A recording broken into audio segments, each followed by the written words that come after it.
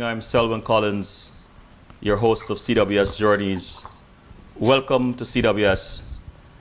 Our guest this evening is Mr. Annan Boodram, and I have to tell you that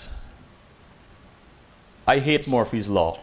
I really do hate Murphy's Law. I've attempted to cancel the show tonight because of some challenges today, some technical difficulties, but what Mr. Boodram has to say tonight, I think, is of utmost importance.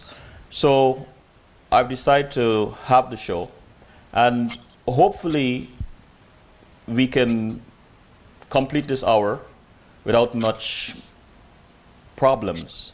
I'll take a short break, and then I will bring on Mr. Boodram. Annan Boodram, good evening, and welcome to CWS. Good evening, Selwyn. Thank you very much for having me here.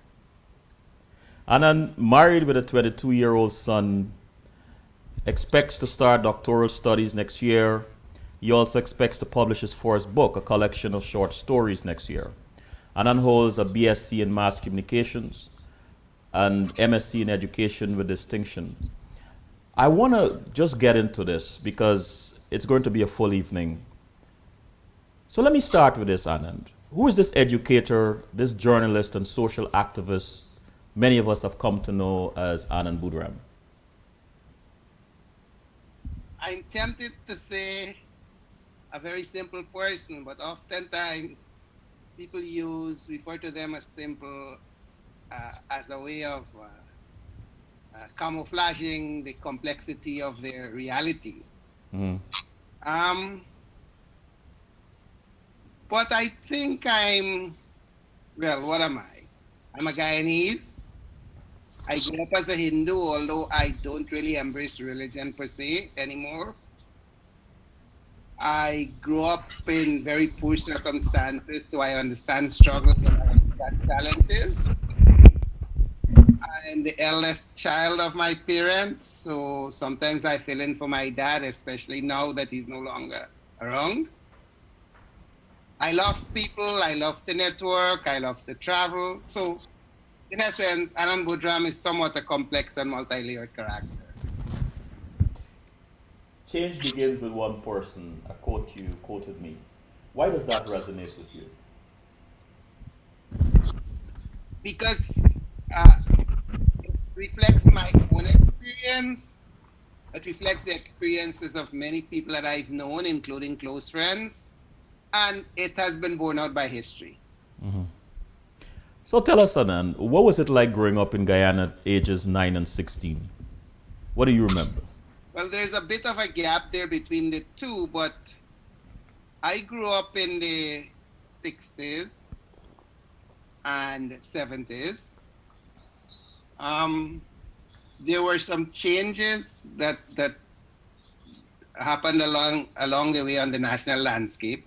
But in terms of the communities, the rural communities, and I grew up in a rural community, things remained essentially the same, and that is that history. That communities. So tell us, Annan, what was it like growing up in Guyana at ages 9 and 16? Sorry about that, Annan. What do you remember? Well, there's a bit of a gap there between the two, but I grew up in the 60s. Where is that coming from? And 70s. There were some changes. Sorry about that, Annan. Very, very sorry about that. I apologize. Okay. So, Guyana, what is the fondest memory you have of your parents as a child growing up? Fondest memory. That's a tough one. I mean, just being there, just being parents, just ensuring that you learn the difference between right and wrong, that you learn to do the right things, that you understand what a good person is, and you try to be that person. When you hear the word Guyana, what comes to mind? Today, frustration, anger, disappointment, patriotism, and a fierce love. And so, what would you say you love the most about being Guyanese?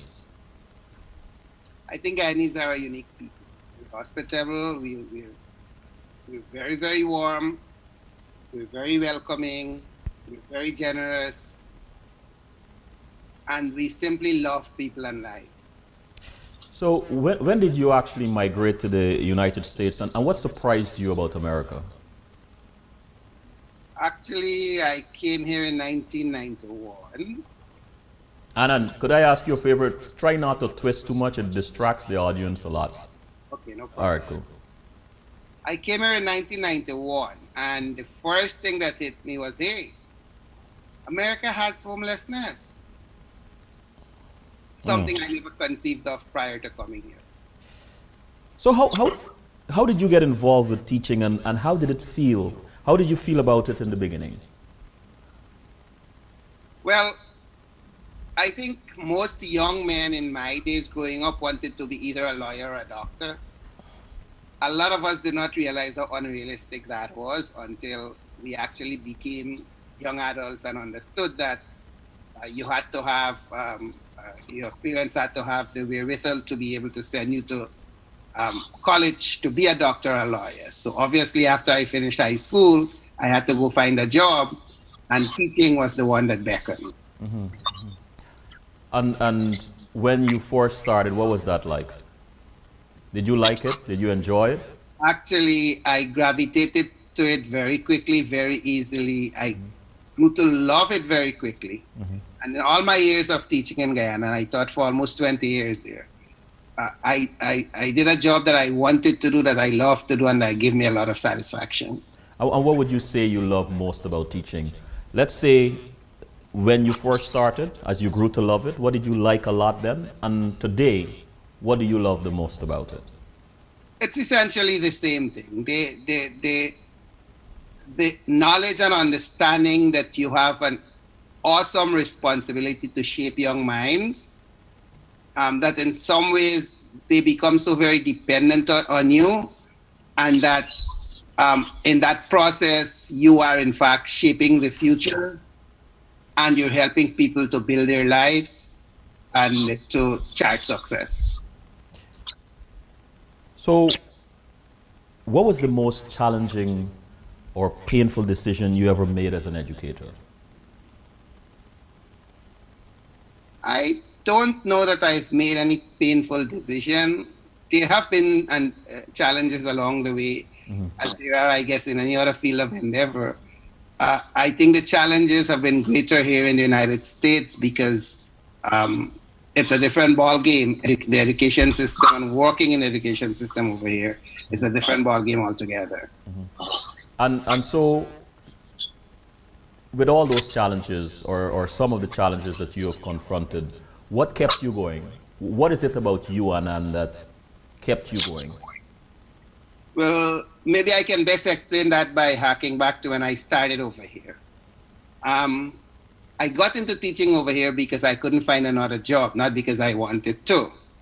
Actually, when I came here, I had a number of friends who were colleagues from back home who were already teaching here, and who told me that it was teaching in this country was a horror situation. So I did not gravitate to teaching initially, but I got back to it because I was out of a job and I need to put food on the table for my family. The first day I went to teach, I came back home, threw my bag on the sofa, threw myself on the bed, and said when I get up, I was going to look for my security guard license and go back to do security guard work, which I used to do when I was going to college. That is how horrible it was. For the rest of that year, I started in the middle of the school year. It was tough because I didn't have my own class, and I kind of moved around, and students saw me not as a permanent teacher and somebody who they didn't really need to pay attention to. Plus, there was the culture shock because the norms and behavior were different, because the means of discipline were different, because kids generally had more rights over here, a whole bunch of things.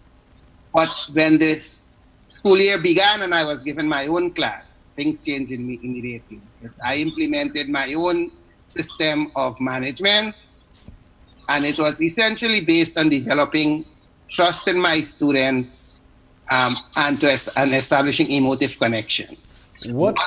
Once those were in place, everything else fell into place. What would you say you learned about yourself having conquered some of those challenges in the beginning? Well, I'm not sure that I learned anything. It's just that I knew what I was capable of. I knew my inherent potential, and in ways in which maybe I had not been given the scope to harness those potential prior to being involved in the education system over here. Mm-hmm. I got that scope to be able to do so. You're also a journalist and into information, and you believe in linking communities through information. So why is that important to you? Two things. One, I believe in the power of the media. I firmly and very strongly believe that the media is an agent of change every which way, as well as an agent of education through dissemination of information. And two, because the media gives you the scope to be able to reach literally around the world, and to be able to reach people through the power of the written word. So at what point along your career you would say that you made this connection with media and its power? Well, that connection actually came through my love of writing. Mm-hmm. I loved writing from very small. I grew up through the school system in Guyana, with writing, with that love, and developed that love into a craft, sort of. So when I was a young adult and I got involved in political activism back home in Guyana, I was allowed the scope to write for various media. And when I saw how powerful a thing that was, I guess the love for it became embedded. Let's talk a little bit about that early stage and when you became involved with political activism and so on. What drew you into that arena? Why did you feel a need to participate in that? Strangely enough, my religious upbringing. Tell us about that.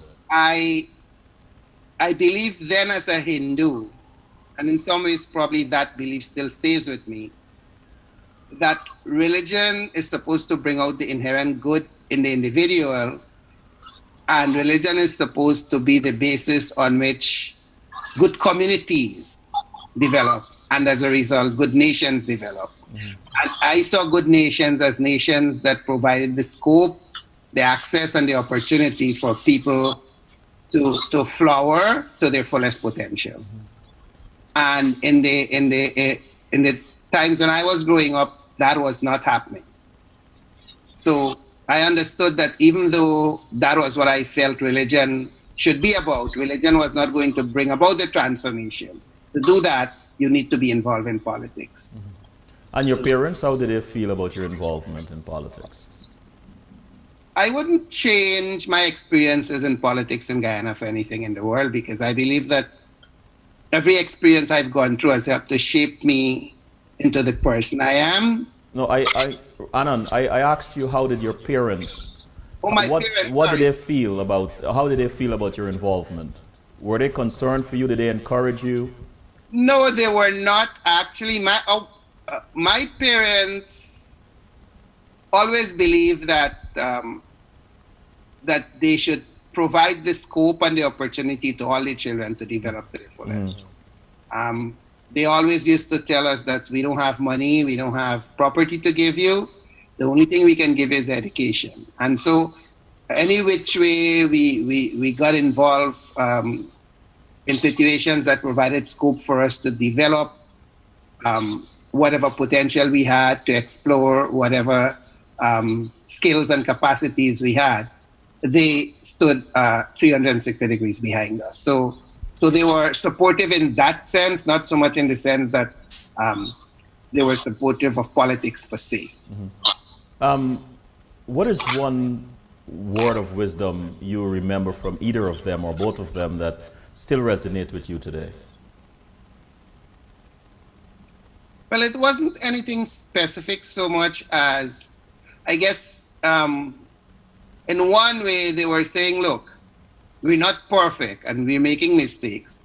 You need to understand that the mistakes we make are the ones you should not make. Therefore, see us see our experiences as experiences that you can learn from and be better as a result of. I think that definitely was one experience that has stood the test of time. And the other one, of course, was that they developed in us this respect for authority, respect for elder people, and the determination that no matter what the challenges are, we're always going to try to be the best people we can, and we're going to premise everything we do on the basis of goodness. Got you. I'm curious about your experience with political activism, with your writing and recognizing the power in media or of media to change the course of things. Give us one experience you had that really resonated with you. Well, this is a course, or this is an arena I really would like to stick in or participate in much more. I'm not sure if I understand exactly. All right, let me rephrase the question. What I'm saying, what experience, what result, give us one experience you had where you recognize, either because of your writing or because of something you noticed in the media, something you noticed that the media was able to change. Give us one defining experience for you.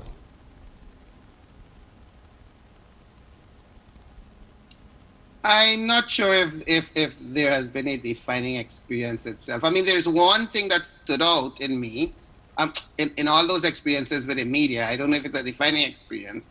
Is I remember crossing the Berbice River in the Turani boat, and as we were approaching the wharf, there was a boat that was like in the middle of the river. Coming towards the wharf, like in the middle of the river, coming towards the wharf, and I think when our boat was about to move, that boat moved away from there and went back into the middle of the river. And somehow I was able to pick up enough information to understand that there was some smuggling going on. And as soon as I got to Georgetown, I got that into the media, and as it turned out, that was validated. So the journalist instinct sort of kicked in and turned out to be true. That's good to hear. Awful. What are some of your accomplishments as a journalist? I understand. Well, you know what? Tell us about the newspaper you started. Well, we had started it as the Caribbean Voice as a magazine initially that ran for a couple of years. But turned out to be too expensive, and community advertisements, which we were picking up, could not pay the bills. So then we transformed it into a newspaper because a newspaper was cheaper. But then with the newspaper, we changed the focus. The newspaper became more or less premised on investigative journalism. And that meant that a lot of stuff that was happening in the community were brought out to the fore in the newspaper. That kind of made a lot of people uncomfortable, people who were supporting initially with advertisements. And so bit by bit, we began to lose the ads because these people came to us and wanted to tell us what we should print and how we should print. And we were determined that we would stay with investigative journalism and we would be independent and objective. And eventually, again, it began to hemorrhage money because the people were pulling out their ads bit by bit. And I had to fill the gap in from my pocket and the other people who were with me. And so it got to a stage where we couldn't support it anymore. Today, Annan, you are also a social activist. Why? Well, social activist night, I think, came out of the fact that I grew up as an activist. As I said, I was involved in politics. I was also a cultural, religious activist. And in some ways, I was an activist as an educator. I know for years I was a youth activist as well. And I was involved in trade unionism at some level and in sport activism at different levels. So when I came over here, a lot of that activism kind of took the back seat because you had to hustle to get an education. You had to hustle to keep the family together. There were goals that I came with that I wanted to achieve. The mundane realities of life kicked in. However, I had a brother who committed suicide. I have another brother who had attempted suicide at least twice. And I myself had been suicidal. Now, the thing is that growing up in Guyana, I saw suicide as an everyday thing because like every few weeks or every month there was somebody either drinking poison or hanging themselves. And you kind of saw it as part of life and didn't take cognizance of its seriousness and its implications. And of course, we didn't understand what it was all about either.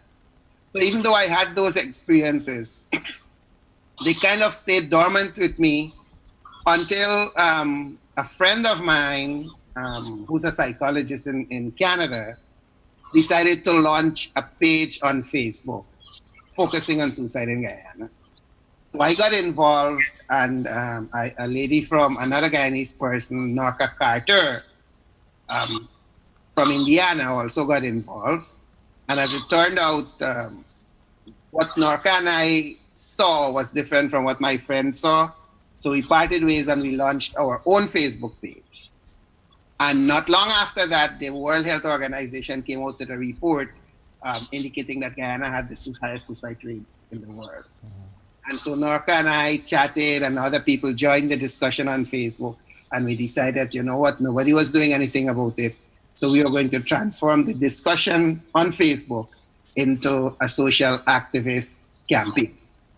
Fortunately, the NGO that I had established that had been doing the magazine and then the newspaper, among other things, was still there. So we didn't have to establish.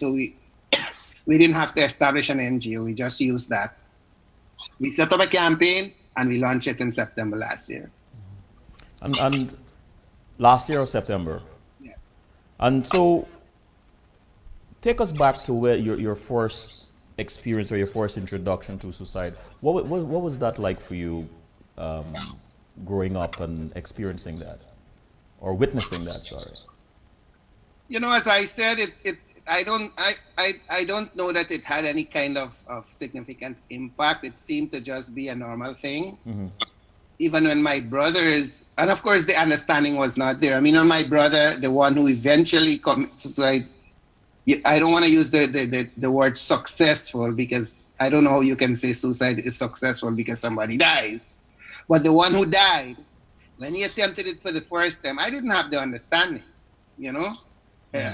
Somehow, like everybody else, we joined in blaming him. What the hell is wrong with you? You know, why do you want to do this? Because we didn't understand his mindset. We didn't understand what he was going through.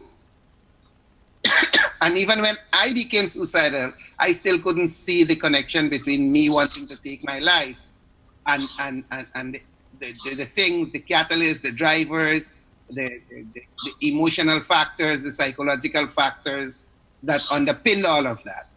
It was only when we launched out here and I began to get involved in the research, and incidentally, Norca who started this whole campaign with me, who has been working in the field of counseling for almost 20 years. What are some of those? What are some of those symptoms and factors that cause people to want to attempt suicide?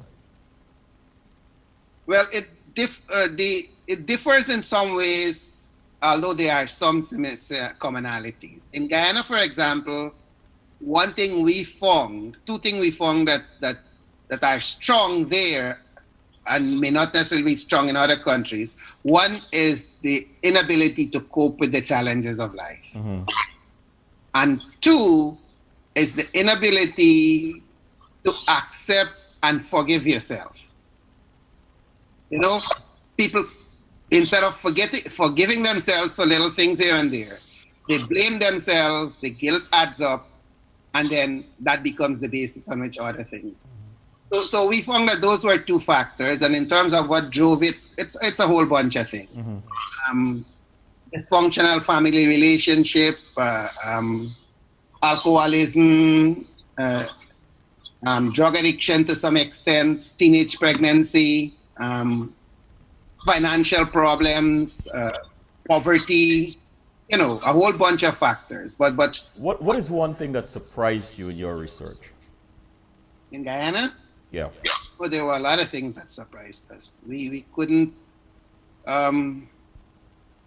They surprised us because they had come to the fore. For example, incest. Mm-hmm. Incest is a significant problem in Guyana. And because it had come to my consciousness at that point in time, it was a surprise. But when I began to hark back to growing up, I realized that, you know what, it had always been there. Mm-hmm. Only it was never public, it was never researched, there were never statistics about it, you know. It was like so many other things, it was hidden very deeply. And what are you hoping to accomplish with this movement, this initiative with suicide epidemic in Guyana?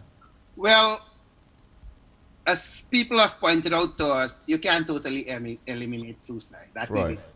But you can significantly reduce it. And I'll give you an example. Today I was doing some research because I had to put together a document for the Rights of the Child Commission, which we're having a meeting with on Friday. Mm-hmm. The document is based, which we're having a meeting with on Friday. Mm-hmm. The document is based on something that one of our counselors who lives in the UK had brought to our attention, that is called the Sri Lankan model. Most suicides in Guyana are committed through the ingestion of agrochemicals. In Sri Lanka, that used to be a huge problem. The Sri Lanka government did their research, brought their experts together, and came up with a program that we refer to as the Sri Lankan model. It has some other name I can't remember right now. And they implemented that, and within a space of about 5 years, suicide was reduced by 50% in Sri Lanka. What is like the main basic of the Sri Lankan model? What are two? Give us 2 bullet points of what it does. I'll give you a couple of things. One thing they did was to look at what were the drugs that they were bringing in, and to prioritize them in terms of their lethality. And the ones that were really, really dangerous to human beings, they banned those. And they tried to replace them with drugs that could be just as effective in agriculture, but not as lethal to people. So they did that. Secondly, another thing they did was to ensure that people, the farmers, were licensed, so that when somebody went to buy drugs for agriculture, you had to show your license as a farmer, or else it would not be sold to you. Thirdly, they ensured that these licensed farmers each had a strong box at home, and that the drugs were stored in the strong box, and only one person in the family would have access to that key. So that the only time it would be, the drugs would be brought out is when they were needed for direct agricultural purposes. Other than that, other members of the family didn't have access to them. You know, and there were a couple of others, but those were 3 that I thought were very, very, very interesting and easy to apply in Guyana. And in Guyana, for those who are in a position to make a change or to effect some kind of a policy, if they were listening tonight, what would you want to tell them about your efforts? I want to tell them we have developed a close connection with the media in Guyana. So a lot of the proposals and strategies we've come up with have been ventilated in the media more than once, including the Sri Lankan model. So we've had meetings with 3 government ministers, with a bunch of other entities and so on.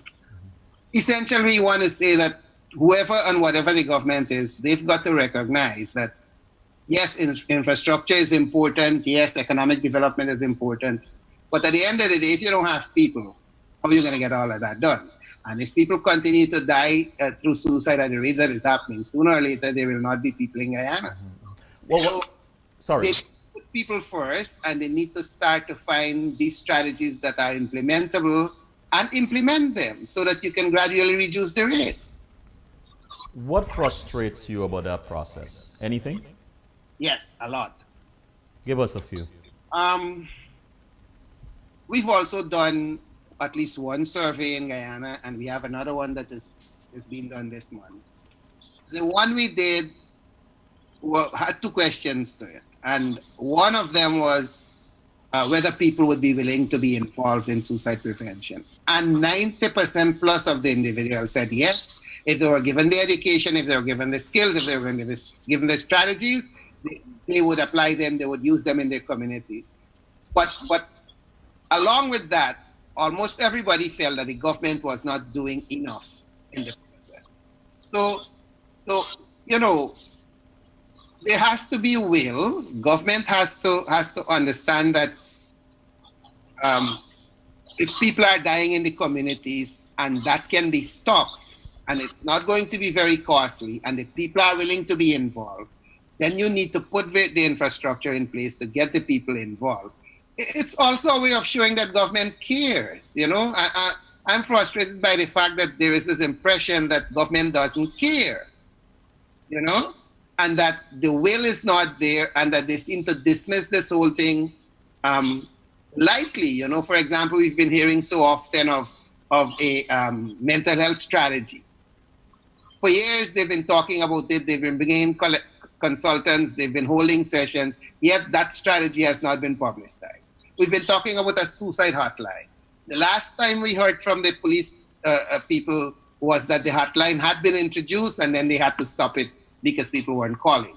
But you can't just have a hotline. You've got to educate the people. You have to have the counselors available if people call. There are a bunch of other things that need to be done to make that successful.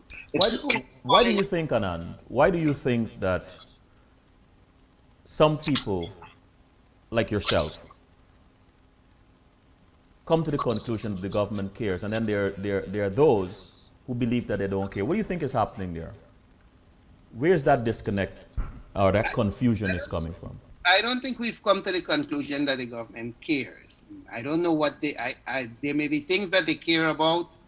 It may be true that as individuals, they're caring people, but as a collective, I don't see enough being done to indicate that they care, at least as far as it relates to suicide, domestic violence, and these other issues that are related to suicide. Oh, my mistake. I thought I heard you said just now that the government cares, and there are people who are saying that they don't care. Okay. All right. So one other question before we take a quick break. You're in social media a lot. I see your footprint or your handprint all over the place, and it's very good what you're doing. Do you believe that there is enough discussion among Guyanese in cyberspace about the suicide epidemic? And if not, what would you like to tell them to sort of change that? I think the body of discussion has increased tremendously in scope, in intensity, and in numbers. Mm-hmm. And I think that given that pattern, it's going to keep increasing. We've been getting a lot of feedback. Of course, all of it has not been positive. There are lots of myths and misinformation there. For example, some people would say, well, if somebody wants to kill themselves, there's really nothing you can do about it, which is not true. And then people not recognizing that a suicidal mindset is linked to some form of mental illness. And so they think that people who become suicidal are still very rational. Actually, they're not. So all of these things are beginning to come out, and I think that is good because our involvement in social media and the involvement of others who have jumped on board who were there before and who have jumped on board since we got on board has driven the discussion, and it's getting there. It's getting. Let's take a quick break. When we get back, I want to jump right into your campaign to establish this registry for sex offenders.